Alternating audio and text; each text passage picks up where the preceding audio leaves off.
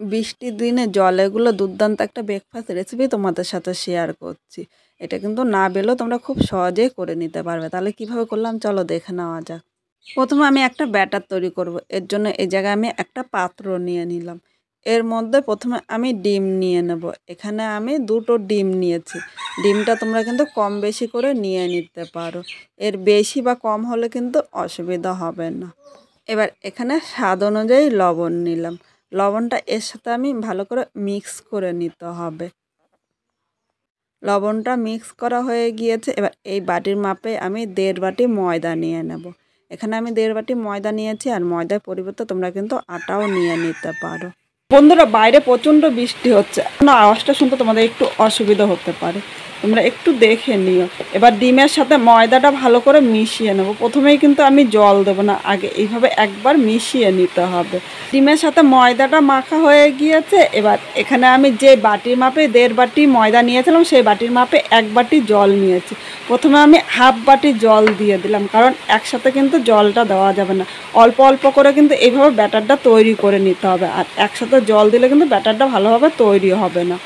আমি দেখো পুরো 1 বাটি আমি জল নিয়ে নিলাম।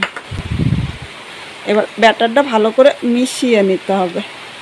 বন্ধুরা, এখানে আমার চামচটা দিয়ে মেশাতে একটু অসুবিধা হচ্ছে। এই জায়গায় দেখো এরকম একটা হ্যান্ড উইক নিয়েছে। হ্যান্ড উইকের সাহায্যে আমি ভালো করে মিশিয়ে নেবো, আর হ্যান্ড উইকের সাহায্যে মেশাতে কিন্তু ভালো হবে। তোমরা ব্যাটারটা চামচ বা হ্যান্ড উইক বা হাত যেরকম সুবিধা হয় সেরকমই কিন্তু মিশিয়ে নিতে পারো। ব্যাটারটা একদম মিহি করে মেশাতে হবে, যাতে এর মধ্যে জাম না থাকে। এখানে সকাল থেকে কিন্তু প্রচণ্ড বৃষ্টি হচ্ছে, আর বৃষ্টির মধ্যে ভাবলাম একটু মুখ হচ্ছে সকালে ব্রেকফাস্ট তৈরি করি। ব্যাটারটা দেখো সামান্য একটু জল লাগে, কারণ অনেকটাই গাঢ় আছে। এখানে আমি মোট 1.5 বাটি জল নিয়েছি। 2টো ডিম নিয়েছি, সাথে 1.5 বাটি জল।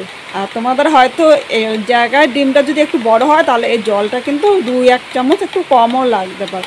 এবার জলের সাথে ভালো করে মিশিয়ে নিতে হবে। দেখো একটু জাম আছে, জামগুলো ভালো করে আমি ছাড়িয়ে নেব। বন্ধুরা, এখানে ব্যাটারটা তৈরি হয়ে গিয়েছে। এবার একবার ব্যাটারের টেক্সচারটা তোমাদের দেখাচ্ছে। এই দেখো হাতা দিয়ে নিলে, এবার হাতার পেছনটা দেখো এরকম একটা লেয়ার ভাব আসবে। খুব বেশি কিন্তু মোটা করে নিয়ে এরকম পাতলা করেই করে নিতে হবে। ব্যাটারের টেক্সচারটা দেখে তোমরা বুঝতে পারছো, আর এর লেয়ার, পেছনের লেয়ারটা দেখেছো খুব সুন্দর কিন্তু এসেছে। এইভাবেই কিন্তু লেয়ারটা তৈরি করে নিতে হবে। এবার এখন ব্যাটারটা ঢাকা দিয়ে 5 মিনিট রেখে দেবো। এবার এখানে আর একটা বাটি নিলাম, আর বাটির মধ্যে আমি একটু জল নিয়েছি। এখানে একটা গেটার নিয়েছি, আর এখানে দেখো এরকম মাঝারি সাইজে 2টো আলু নিয়েছি। এই জলের মধ্যে আলুটা আমি গেট করে নেব। এই আলুটা যতটা পারবে একদম মিহি করে গেট করে নেবে, আর এইভাবে গেট করে একদম জলের মধ্যে রাখলে তাহলে কিন্তু আলুটা কালো হবে না। আর আমি এমনি যদি গেট করতে যাই তাহলে আলুটা কিন্তু কালো হয়ে যাবে। এইভাবে আমি 2টো আলু গেট করে নেব। আলুটা কিন্তু তোমরা কম বেশি করে নিতে পারো, আর যারা আলু পছন্দ করো না এই জায়গায় তারা আলুটা স্কিপ করবে। এখানে আলুটা গেট করা হয়ে গিয়েছে। এবার আলুটা পরিষ্কার জল দিয়ে 2-3 বার আমি ধুয়ে নিয়ে আসছি। আলুটা ধুয়ে এরকম সাজির মধ্যে নিয়ে নিলাম, তাহলে আলুর থেকে জলটা কিন্তু পুরো নিগড়িয়ে পড়ে যাবে। একটা মাঝারি সাইজে বাঁধাকপি নিয়েছি। বাঁধাকপিটা একদম কুচি কুচি করে কেটে নেব। আজকে আমার ঘরে যা যা সবজি ছিল সেই সবজিগুলো দিয়েই কিন্তু আমি করব। তোমরা কিন্তু আমি যে সবজিগুলো নিচ্ছি সেইগুলি নিতে হবে তা কিন্তু না, তোমরা তোমাদের ইচ্ছা মতো কিন্তু সবজিগুলো নিয়ে নিতে পারো। ব্রেকফাস্টটা একটু মুখরোচক করবো, আর এইভাবে করলে সবাই কিন্তু খুব পছন্দ করবে। এখন আমার বাঁধাকপিগুলো কাটা হয়ে গিয়েছে। এখন আমি বাঁধাকপিগুলো একটা পাত্রের মধ্যে তুলে নেব। এবার এখানে একটা কড়াই বসিয়ে দিয়েছি। কড়াইয়ের মধ্যে আমি 2 চামচ সর্ষের তেল নিয়ে নিলাম। তেলটা গরম হয়ে গিয়েছে। প্রথমে এই জায়গায় 1 চামচ আদা কুচি দিয়ে দিলাম। তোমরা আদা বাটাও নিয়ে নিতে পারো। এবার আদাটা আমি 1 মিনিট ভেজে নেব, যাতে এর থেকে কাঁচা গন্ধটা না থাকে। আদাটা 1 মিনিট ভেজে নিয়েছি। এবার এই জায়গার মধ্যে মাঝারি সাইজের একটা পেঁয়াজ কুচি নিলাম, এর সাথে 4টে লঙ্কা কুচি নিয়েছি। তোমরা ঝাল যেরকম খাবে সেই হিসাবেই কিন্তু লঙ্কা কুচিটা নিয়ে নেবে। এবার হাফ চামচ লবণ, মানে স্বাদ অনুযায়ী লবণ নিলাম। এবার সব কিছু নেড়েচেড়ে 1 থেকে 2 মিনিট ভেজে নেব, তাহলে পেঁয়াজটাও কিন্তু নরম হবে। 2 মিনিট ভেজে নিয়েছি, এর থেকে কিন্তু বেশি ভাজবো না। এবার এই জায়গায় বাঁধাকপিগুলো কেটে রেখেছিলাম ধুয়ে এনে এর মধ্যে নিয়ে নিলাম। এর সাথে যে আলুগুলো আমি রেখেছিলাম আলুটা এইভাবে নিয়ে নিলাম। এখন এর মধ্যে আবারও স্বাদ অনুযায়ী লবণ দিলাম। এবার আমি সব কিছু নেড়ে চেড়ে মিশিয়ে মিডিয়াম টু লো আগুনে 3 থেকে 4 মিনিট ভেজে নেব। এইভাবে দেখো নেড়ে চেড়ে মিশিয়ে ঢাকা দিয়ে দেব। এখন কিন্তু বন্ধুরা আমার রান্নাঘরে কারেন্ট নেই, তাই একটু অন্ধকার লাগছে, কারণ সকাল থেকে প্রচণ্ড বৃষ্টি হচ্ছে আর এই জায়গায় কারেন্ট নেই। তোমরা একটুখানি পাশে থাকো, তাহলে খুব তাড়াতাড়ি কিন্তু আমি রান্নাঘরে লাইটের ব্যবস্থা করে নিতে পারবো। এবার ঢাকা দিয়ে আমি মিডিয়াম আগুনে 3 মিনিট ভেজে নেবো, তাহলে তাড়াতাড়ি কিন্তু ভাজা হবে। 3 মিনিট পর ঢাকনিটা তুলে নিলাম। এখানে দেখো বাঁধাকপি আলুটা কিন্তু অনেকটা নরম হয়ে গিয়েছে। এবার আর একবার একটুখানি নেড়ে চেড়ে নেবো, নাহলে নিচে দিয়ে লেগে যেতে পারে। জলটা কিন্তু টেনে নিয়েছে, আর এইভাবে ঢেকে রান্না করলে কিন্তু তাড়াতাড়ি ভাজা হবে। এবার এর মধ্যে হলুদ নিয়ে নিলাম। হলুদটা এর সাথে নেড়ে চেড়ে মিশিয়ে আরও 1 থেকে 2 মিনিট ভেজে নেবো, তাহলে হলুদের কাঁচা গন্ধটা কিন্তু আর লাগবে না।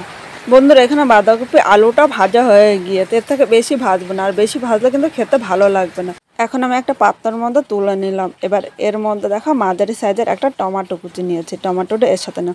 তোমরা ভাবছো রান্নার সময় আমি দিলাম না কেন, রান্নার সময় দিলে টমেটোটা গলে যেত, বা তোমরা নামানোর আগে 1 মিনিট দিয়ে নেড়ে চেড়ে নিয়ে নিতে পারতো, কিন্তু আমি এইভাবে দেবো না, আমি এইভাবে এর সাথে নেড়ে চেড়ে মিশিয়ে নিলাম। কারণ আমার মনে হয় কাঁচা টমেটোটা আমার কাছে খেতে বেশি ভালো লাগে, কারণ এরপরে আমি এই টমেটোটা যখন রান্না করবো তখন কিন্তু একদম গলে যাবে। এর জন্য টমেটোটা এর সাথে লাস্টে দিয়ে আমি নেড়ে চেড়ে মিশিয়ে নিয়েছি। এবার এখানে একটা তাওয়া বসিয়ে দিলাম লোহার, আমার কাছে ননস্টিকের কড়াই নেই, তাই আজকে এই লোহার তাওয়াতেই করব। এভাবে দেখো পুরো তাওয়াতে তেলটা ভালো করে মাখিয়ে নিয়েছে, আর তাওয়াতেও কিন্তু খুব সুন্দরভাবে তোমরা করে নিতে পারবে। তাওয়াটা প্রথমে ভালো করে গরম করে তেলটা দিতে হবে। এবার এখানে তোমাদের ব্যাটারটা একবার দেখিয়ে দিই। দেখো ব্যাটারটা দেওয়ার আগে এইভাবে আর একবার কিন্তু নেড়ে চেড়ে নেবে। এবার 1 হাতা আমি ব্যাটার নিয়ে এর মধ্যে এবার দুধ থেকে এইভাবে গোল করে দিলাম।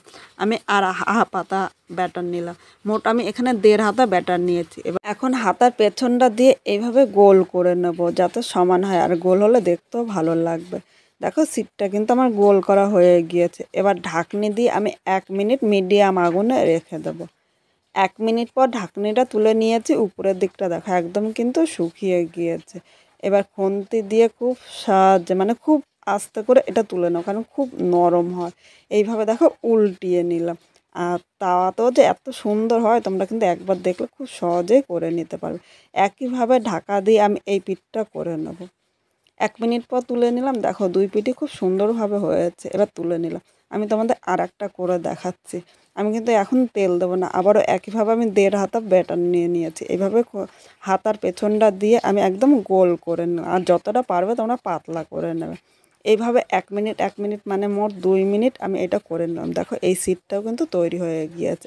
একইভাবে আমি বাকি সিটগুলো তৈরি করে নেব। এদিকে একটা বাটির মধ্যে আমি 3 চামচ ময়দা নিয়ে নিলাম। এখানে ময়দার পরিবর্তে তোমরা আটাও কিন্তু নিতে পারো।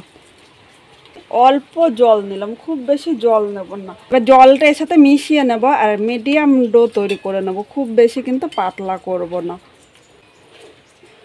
বন্ধুরা দেখো ডোটা এইভাবে গাঢ় করে নিলাম, এর থেকে বেশি কিন্তু পাতলা করব না। তোমরা এইভাবেও কিন্তু খেতে পারো, কিন্তু এটা আরেকটু টেস্টি করার জন্য এর মধ্যে দেখো পুরটা আমি নিয়ে নিলাম। এখানে আমি 2 থেকে 3 চামচ পুর নিয়েছি। পুরটা তোমরা নিজেদের ইচ্ছে মতো কিন্তু নিয়ে নিতে পারো। এইভাবে চামচ দিয়ে একটু চেপে নিলাম। এখন আমি রুটিটা এইভাবে ভাঁজ করে নেব। এবার এর উপর দিয়ে যে ময়দাটা আমি তৈরি করে রেখেছিলাম এই ব্যাটারটাই দাও একটু গাঢ় করে নিলে তাহলে কিন্তু সুবিধা হয়। এর থেকে পাতলা নিলে কিন্তু তাহলে একটার সাথে একটা গায়ে লাগবে না। তবে আমি 1 চামচ ব্যাটার দিয়ে উপরটা কভার করে নিলাম। এবার এই সাইডটা আমি এইভাবে নিয়ে নিলাম। এইভাবে নিয়ে হাত দিয়ে একটু চাপ দিয়ে দিলাম। এই 2 সাইডটা আমি অল্প অল্প করে নেব। এখন আমি এইভাবে দেখো এই মুখটা এইভাবে নিয়ে নিলাম, তাহলে এইভাবে কিন্তু লেগে যাবে। এইভাবে করে তোমরা অনেক দিন কিন্তু স্টোর করে রাখতে পারবে। এই দেখো খুব সুন্দরভাবে কিন্তু তৈরি হয়েছে। এবার এইভাবে সব কয়টা আমি তৈরি করে নেব। বন্ধুরা এখানে 4টেই তৈরি করে নিয়েছে, আর এইভাবে করে ফ্রিজে অনেক দিন কিন্তু সংরক্ষণ করে রাখতে পারবে।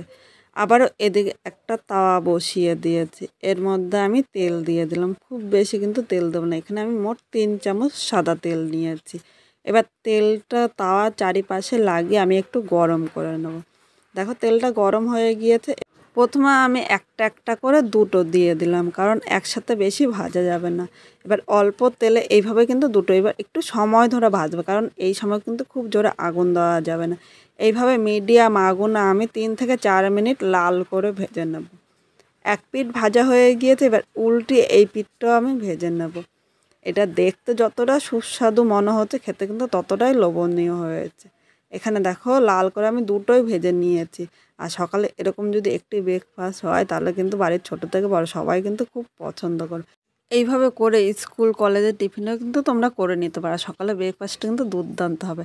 একইভাবে এই দুটো আমি ভেজে নিলাম। দেখো লাল করে, খুব বেশি কিন্তু সময় লাগে না। এবার আমি তুলে নিলাম। এভাবে করে তোমরা শুধু খেয়ে নিতে পারো, কারণ এর মধ্যে পুর আছে, আর কিছু লাগবে না। আর ছোটো বাচ্চারা হলে এর সাথে কিন্তু একটু সস দিয়ে দিতে পারো। দেখতে যতটা সুন্দর হয়েছে খেতে কিন্তু ততটাই লোভনীয় হয়েছে। তোমরা কমেন্ট করে জানাতে কিন্তু ভুলো না কীরকম লাগলো। আর এরকম নতুন নতুন ভিডিও দেখতে হলে আমার পাশে থেকো।